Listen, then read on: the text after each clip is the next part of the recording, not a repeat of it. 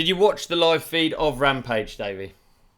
Yes, I did, mate. I did sit and watch the live feed of Rampage, and it was great. I mean, obviously, there's always that same thing with Rampage every year. It's a bit like an NFL game to me sometimes, isn't it? I'm not saying it gets drawn out, but it's not. It's long, isn't it? Really, there's a lot of delays, a lot of and that's fine. I appreciate it as part of it. Dude, I sound like such a dick. I've just realised. I'm so sorry. It was amazing. It was sick. Everything was perfect. I like it. I like you speaking the truth. It's good. Am I a hater on my Wind is annoying. Wind is annoying. Yeah. I mean, I was actually, personally, for me, I haven't seen it for 8 years, really. I haven't watched that live show. I haven't seen how much effort goes into it. Because when you're there in the desert... Yeah, because you're there. Yeah. When you're in the desert, you see all these people and you're sort of like, geez, this big operation, There's like endless like trucks and stuff full of equipment, people all over the mountain. And you never really get why. And then through the week, there's people like walking around and they've got all these contraptions and stuff. And I guess I kind of finally saw what it was about. And it's insane to me. To pull together a live show like that is...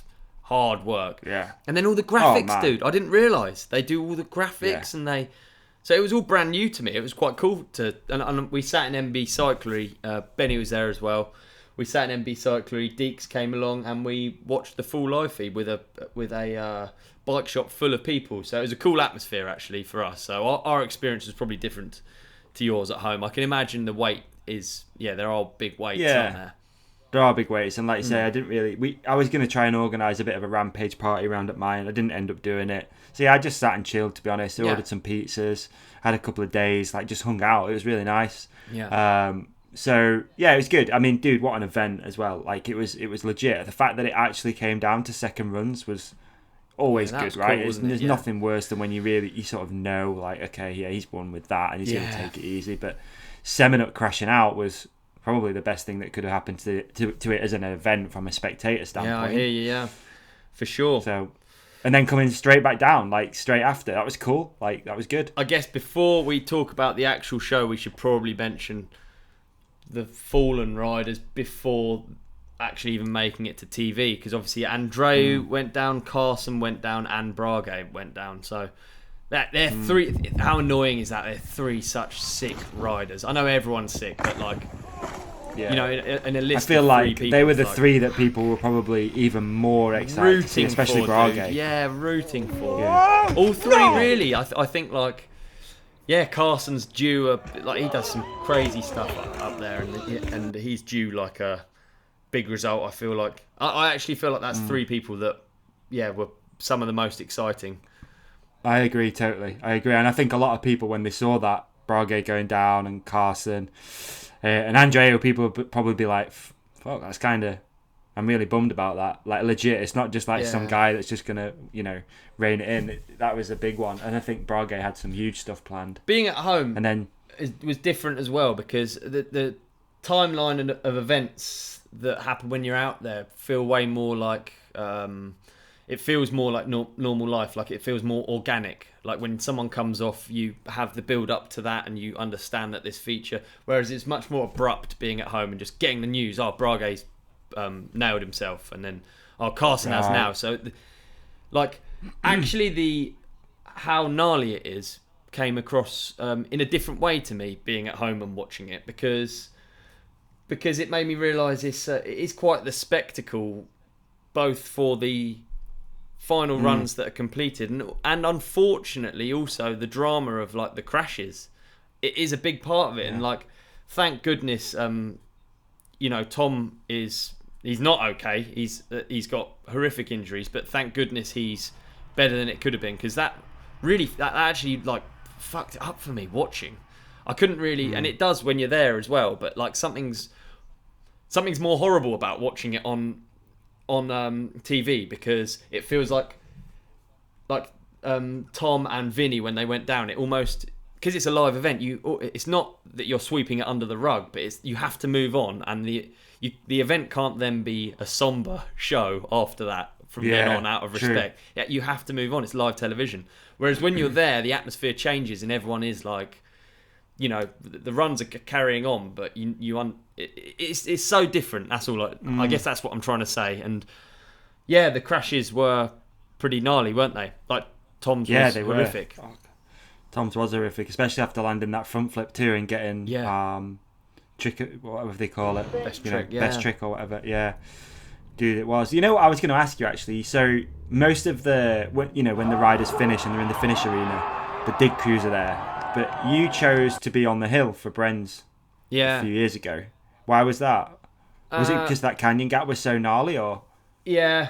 Or did Deeks want the footage? It was weird. It's become a bit of a tradition standing on the landing. It's fucking stupid because it started off, the first Rampage I went to, we were worried about Brent because we had no idea.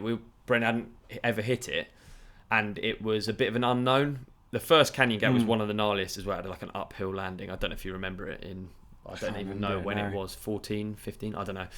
Anyway, I was there just in case he cased, and it was literally like a cartoon grab him to stop him falling off backwards because it was such a big drop. And then it just became habit. And also our run is always not shared. So shit can roll. Shit, like big rocks can roll onto your run, and it would be the biggest pain in the arse to flip the canyon and then come to a stop and a rock's rolled onto a line and Bren comes off in a pointless turn. So we always and also we always have because we build a run top to bottom, we always have so much extra work to do. Like you have to water everything and so they had water this year from the top. Is that new? No, they had that for the last 2 years. We've had water supply, so we've not had to have it in backpacks, which is a big help. But I mean that site was crazy, wasn't it? Because that's a 3-year site now. That's been used twice before. So to me, it looks very pruned and perfect. Yeah. I think Brage ultimately he was up against it right from the off, wasn't he? I think it's good that he's had his rookie year to learn there will have been he wants to come in on a fresh site, I would say.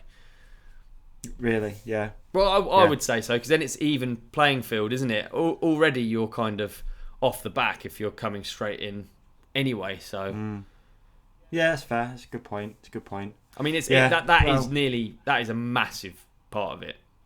The digging is such a massive part of it when you're there, isn't it? It's that's the biggest part of the event, almost building the line. So obviously it's a huge advantage if you've already got something there you've used before. Yeah. And if you think about Bren's canyon flip, so I think he got 10th place, or was it 8th place run on the first year we had that line. Then if you think about it, we don't even really we've already got a line there, but still we worked the entire time just to get a run that looks actually quite similar. We had an extra jump at the bottom and a few extra features, but it wasn't it's starting afresh when other people already have a line is quite gnarly. And when people have 2 years on a line, it's even gnarlier. Yeah. Such a crazy event as well. Isn't I it? think I had a few of those realizations when you're watching it, just what the fuck is this? This is insane. It's crazy. Man. Jackson Riddle for me was my standout. Yeah. I'll be honest with you. Jackson brought it. He was so good. He's amazing. He's exciting the style, for the future, isn't that. He? Yeah, that Superman sort of on the hip. Yeah. That he did in the first run was. I mean, I love that he's coming at it and he's honest and he's look, I don't do flips, I don't do any of that stuff. I'm freestyle motocross inspired. Obviously for me that's going to resonate, but he's like the Tyler Berryman of mountain biking. I feel young blonde haired kid coming through, super inspired by FMX. Yeah, it was amazing. Really enjoyed his run. Sick. I think he's a favourite for future, isn't he? Because I mean he can do an awful lot more than even his run. His run looked like he was playing around almost, didn't it? It was an amazing run, but it was almost it wasn't a high stress, I don't know. Kind of safe. Yeah, I think Semenuk winning was great, obviously, but it's kind of expected, which is kind of annoying. The judging is such an annoying thing to talk about, and now this year not having a horse in the race, almost, it is so frustrating. I actually felt bad for Zinc. I felt like Zinc was quite marked down. But then it's just so I don't know.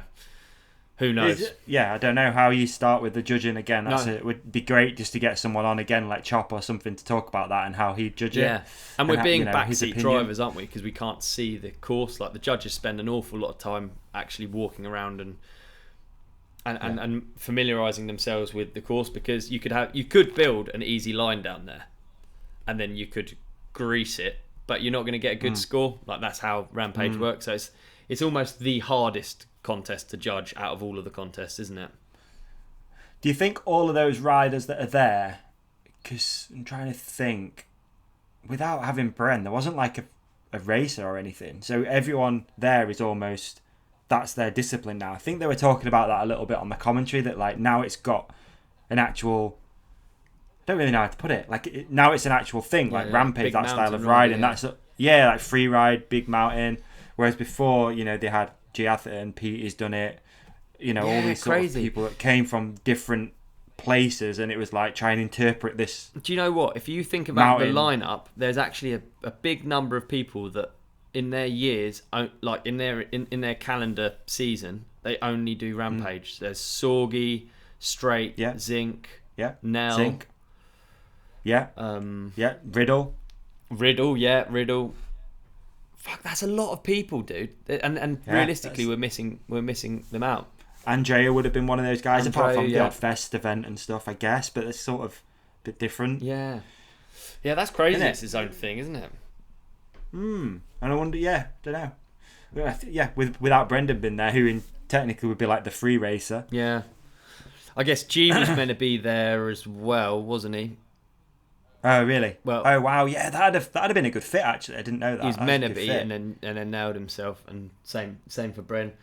I think I'm in a way watching it. I was glad that we weren't there for a third year on that site. Like I think I'm excited that hopefully get the invite next year and go back on a new site.